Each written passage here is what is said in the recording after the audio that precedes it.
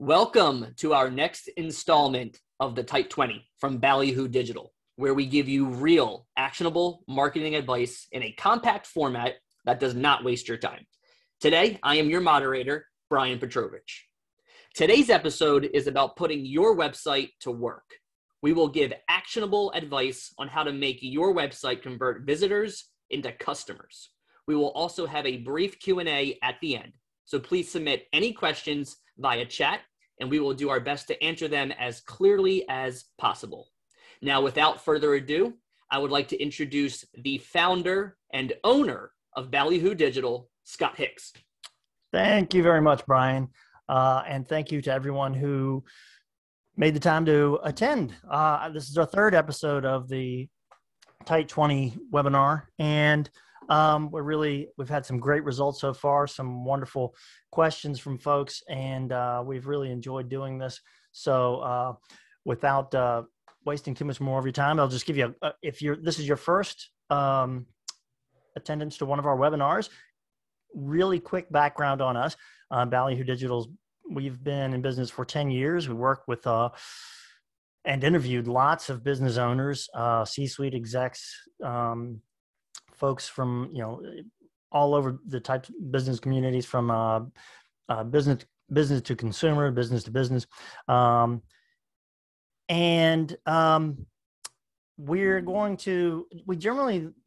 webinar series is, like Brian said, to give you actionable advice. Now, we do look at it from a broader view, and we don't get into so far we have not gotten into a lot of the nitty-gritty details of things, but we will be getting into that a little bit more. As Brian said, this is putting your website to work is the title of this particular episode. And if you give me just 1 second, we're going to get a little slideshow going here, and we can show you. We'll go through some of the things we want to talk about here. Let's see.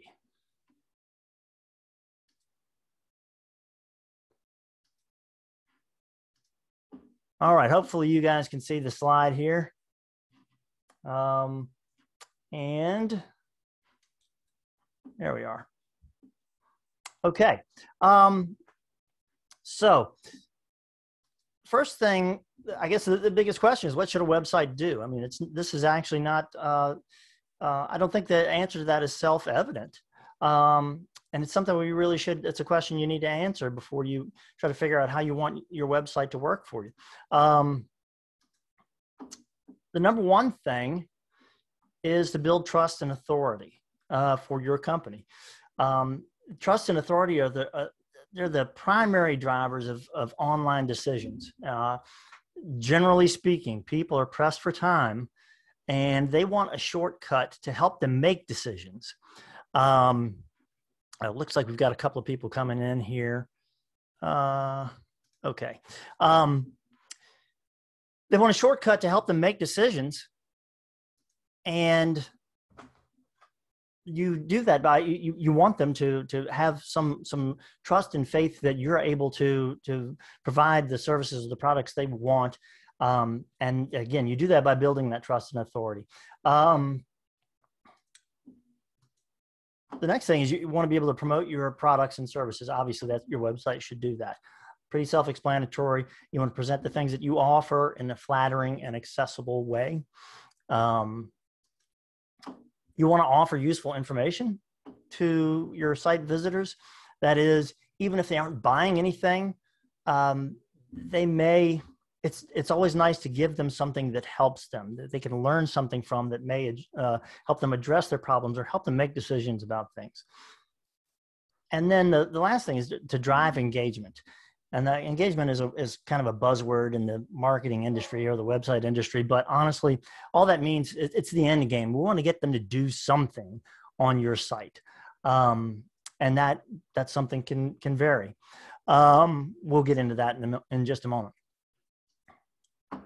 So you want to start with a plan. Now, I say this, whether you're building a website from scratch or designing your website, or you already have a website and you just feel like it's not doing what you need it to, you can always start over with this part of it. Just start with a plan before you start building anything. So in the broadest sense, people visit your site for information. They want to learn something, or they want to get answers to questions. And even if that answer is just, how do I get in touch with somebody immediately who can take care of this problem for me? Or how do I find the best product to fit my needs? So how you do that is, like I said, you plan your website out. Every page on your site should have a purpose. From, let's see, the homepage, which is generally just basic information about your company and the products or services that you offer. The About Us page, which offers generally, again, more in-depth information about your company, and is really the page that, even though a lot of people won't always visit it, that's another way to help you build trust and authority when you tell a little bit more about your organization. You should have pages for your products and services. They can be grouped or individual pages. If you have multiple types of products or services that are alike with not a lot of differences, you can group them together on one page. Again, if you're selling goods online, or specific types of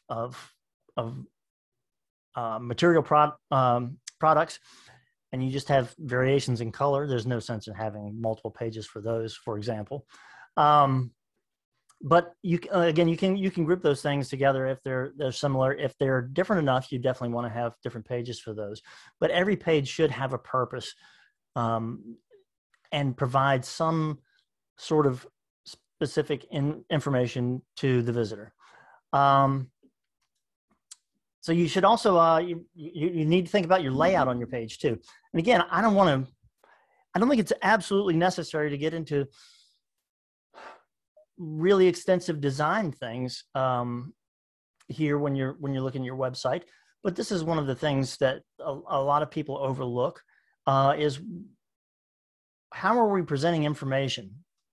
What does the page look like? If it just looks crowded, it can be what I call visually intimidating, and people are just not going to want to pay much attention to that. If you have too many things and too many moving objects on a page, they get distracted very easily, and it's very hard for them to take in the information that you have on the page. So think about the layout. Try to keep things clean. It's important to remember that the aesthetics of your website are just as important as the content. Again, when you're talking about building trust and authority, if things are mashed together, if things are too busy on a site, that tends to turn people off, and you're doing the opposite of trust and authority. So if you just make it clean and simple, and you present the information so it's easy on people's eyes, it's in digestible blocks, then you're going to have a better reaction to your site, and therefore, again, build more trust and authority. So this is the part this is where you actually start looking at getting your website to do specific things. You need to set action goals for your site. And that just means, very simply, what is it you want people to do on your site? Some sites just serve information. Think of like government websites. There are tons of government websites, and their only purpose really is to share information, and that's fine. Most of the clients that we work with, of course, they want to sell something. Some websites exist to serve ads, and that's how they make money. But most of the companies that we work with want to sell something. So if you're trying to sell something, you obviously want to look at a couple of different things here. What are the methods of contact that you have on your website, and which ones do you want? So if you have a preferred way of being contacted, that you want to be contacted by your customers or your potential customers, that's something you have to think of, whether that be a phone call or form fill or an email, or chat, or even text. That's not one we get an awful lot of, but that's something that, take into consideration. And moreover, beyond that, what is your customer's preferred method of contact? How would they prefer to get in touch with you? That's probably even more important than how you'd like to be gotten in touch with. So here's an example. If you offer an on-demand kind of emergency service for folks, you probably don't want to rely on email. If you're a local on-demand service, you almost certainly want to make sure that your phone number is available to them practically wherever they are on your site, or at the very least have a chat bar somewhere on your site. So if you do want phone calls, make sure that it's easy for them to find. In fact, any way that they want to get in touch with you, you've got to make it as easy for them as possible. So if it is a phone call that you're interested in, or you think your customers will be interested in contacting you through that, make sure that the number is prominently displayed in the header of every page. It's big, it's bold, it's easy to see. When you scroll down the page, it doesn't go anywhere. It's still there. You want that to be easy for them. If you want them to fill out a form, keep a simple form on every page if that's how you want them to reach out to you. And by a simple form, I mean is what is the fewest number of fields you can get away with? Usually name and email and maybe phone number are probably enough. A fourth field for just a basic description of their problem or the question that they have is always good as well. But if you can get away with 4 or fewer fields, that's great. Now, there are some instances where people are going to expect to have to fill out more information. If you have a financial services company and you're actually taking applications online and that is your preferred action, that's the goal you want somebody to accomplish, then yeah, you generally have to ask for more information, addresses, even social security numbers.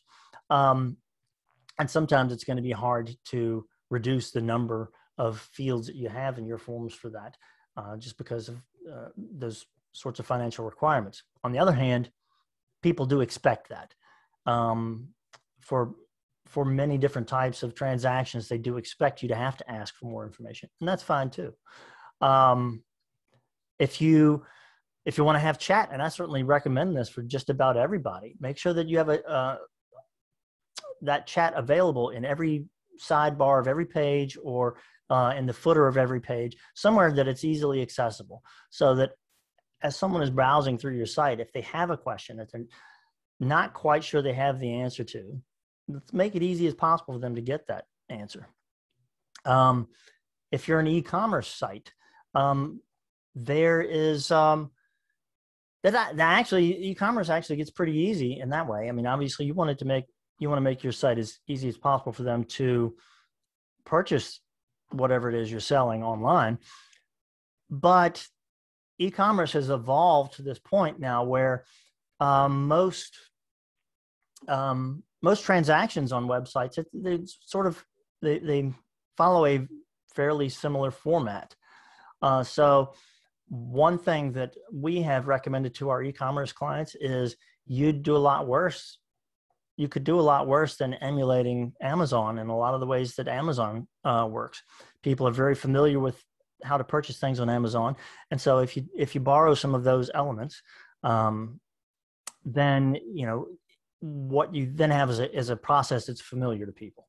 So that's a scenario where I wouldn't try to reinvent the wheel. Just stick with the tried and true. And if there's an e-commerce site that you've been on that you find is particularly easy to use, then use that as a model for your own site. Anyway, all of these action goals, this is the important thing. This is how you decide, or how you're able to figure out whether or not what you're doing with your website is working, whether you are getting anything out of it. And again, that's the whole purpose of this webinar episode, is putting your website to work. So that brings us to the next part, which is testing, measuring, and tracking. If you don't have an accurate testing, measuring, and tracking set up for your website, then you're not really going to know how well it's working. And this is the thing that I'll hit on probably over and over again throughout our webinar series, because it's one of the biggest things that sets digital marketing apart from other types of marketing, is how easy it is in the end to get accurate measurements of success. But starting with testing, so you've made some changes to your website, or you have some ideas for it. You've implemented those ideas. How do you figure out if that's working? If it really is an improvement, or if it's something that makes sense to a consumer? Well, the simplest way is to ask for input. You can ask friends and family to go to your website and take a look around and see if those fresh eyes can give you some information, or maybe they find that it's not as easy to get around as you think it is to get around your website, or to find things that they're looking for. If you have business associates who you trust, and to give you more honest feedback, they sometimes can actually do better than friends and family, because friends and family, they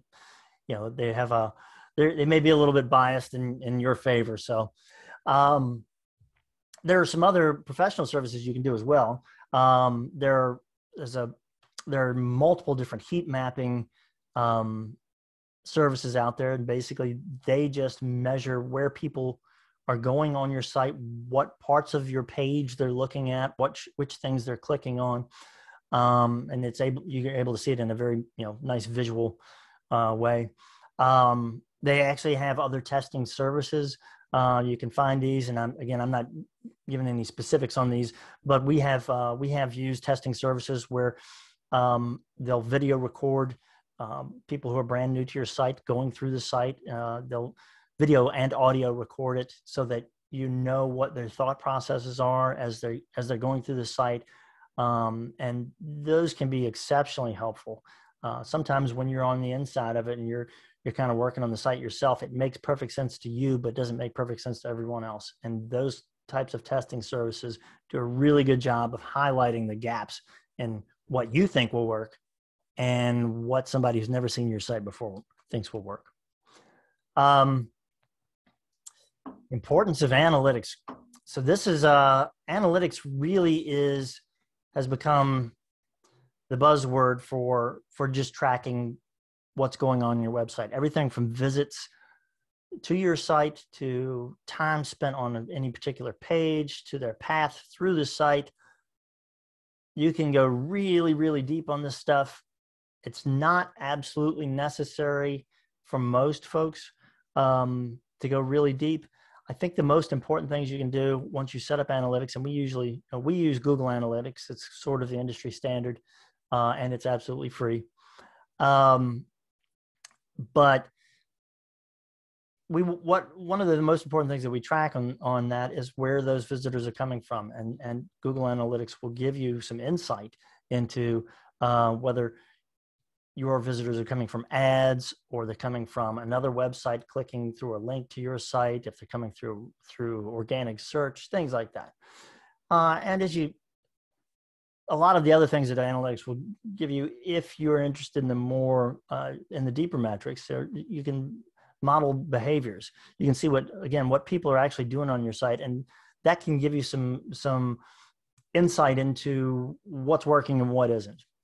If people are clicking onto a page and they're clicking right out, then that means they're not finding what they're looking for there, or it's just the page is not being successful at presenting things. And tracking, this is an interesting thing, and we certainly recommend this for everyone. Putting marketing pixels on your site, and that really just means little bits of code that allow you to sort of track users. If you're familiar with cookies, that's basically what we're talking about. We're leaving cookies on the site visitors. Facebook, Instagram, Google Ads, those are the types of little bits of code that you want to put on your site. And again, without going into the specifics of it, we can get into that later. But it's a good idea, even if you're not doing any advertising on those platforms right away, it helps you start building a list of the people who have visited your site. Now, you won't know them individually, but if at some point down the road, you want to do some marketing to people who have visited your site or visited specific pages or products on your site, having those marketing pixels already in place, you've got a huge jump start on that.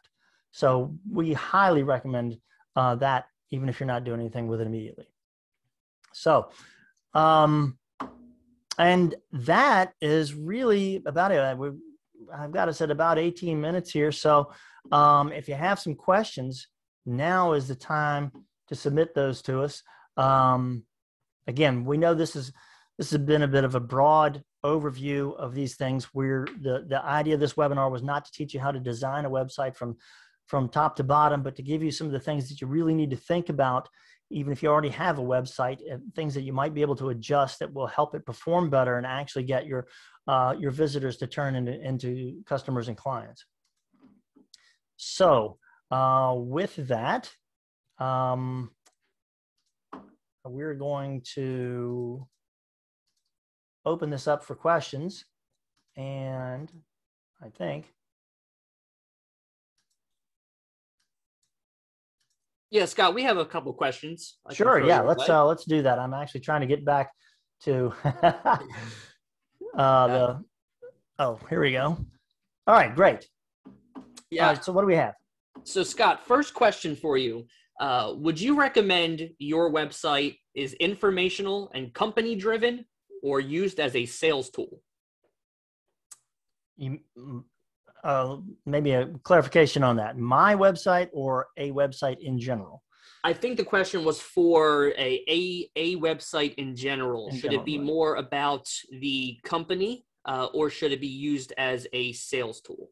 Well, I think that every website is a sales tool in some way.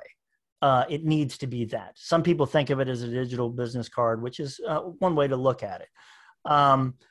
But even if you're just presenting information, most of the time, again, because we work with companies that have things to sell. Most of the time, the information that's provided there is part of a longer term strategy of, again, establishing authority, and just even to the extent of branding. So if you have, for example, a blog on your website that you keep up regularly, you're providing information that the types of people who would use your products or services would find helpful, in the hopes that they're thinking of you the next time they actually do need your products and services. They may not need it right now. So providing that information is always a good thing to do. But it just varies on the probably, I guess, the length of a sales cycle, whether you're considering just information or a specific sales tool. E-commerce sites, for regular consumer products, those are where people actually buy things directly from a website without actually talking to anybody. That's very much a direct sales tool. People go there, they see what they're looking for. They found the product that solves a problem for them. They buy it immediately. If you're talking about something like, you're looking for a home builder, somebody to build your next home, well, that's a longer sales cycle, and information there serves a little bit different purpose. Again, you're establishing trust, hopefully, with that particular visitor for the long term, for them to make a decision at some point about who's going to build their home for them. So, but again, it's always going to be a sales tool. It's just the different types of sales that you're doing, whether it's a more immediate type of sale, whether you're selling a service or a product. All of those things can change how you present your information a little bit. But using, and I was telling a client the other day, this exact thing. If you set having valuable information, if you set having valuable information as your North Star on your website, you're never going to go wrong, as long as that information is valuable to somebody who could visit. Does that answer the question, I hope? Yeah, absolutely. Thank you. We do have one more question for you, Scott. And this is actually a great question. This is actually something that I've been curious about. The question is, are Google Analytics easy to understand for someone who is not a marketer? Do I need to have a marketing person explain? That's a great question, because, and I'd love to say that they're easy to understand, but they're not. Some of the information that you can get in Google Analytics is pretty simple. The format of finding it, how to find your way through Google Analytics, it can be a bit intimidating at first. Even if you're not using Google Analytics, there are some other tools out there as well. I like Google Analytics because it does provide a lot of information. And again, it's pretty much the industry standard now.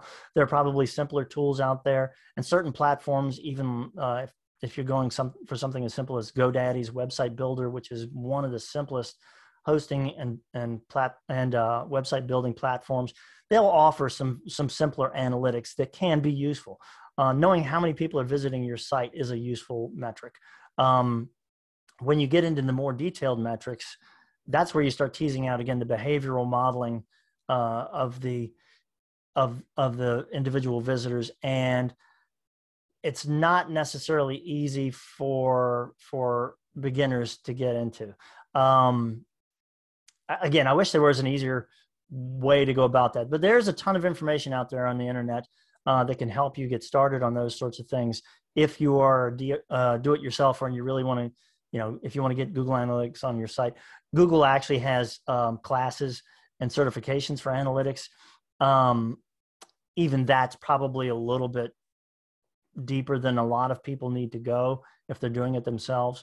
But doing a little Google search for help with analytics can go a long way as well. Great. Thank you so much for the answer, Scott. That are the only two questions we have for today. Oh, terrific. Well, listen, I'd like to say thanks again to everybody who came out. We very pleased with the turnout every time. And Brian, of course, thanks to you for being our moderator and doing these questions. We're going to be back, and probably, I think we're going to start doing this about every 3 weeks now. And so we'll come back in about 3 weeks. And I think next up, I have my notes beside me, but I think we're going to start talking about some very specific things regarding marketing channels. So we'll pick up with that. And again, thanks to everyone for attending, and have a great day.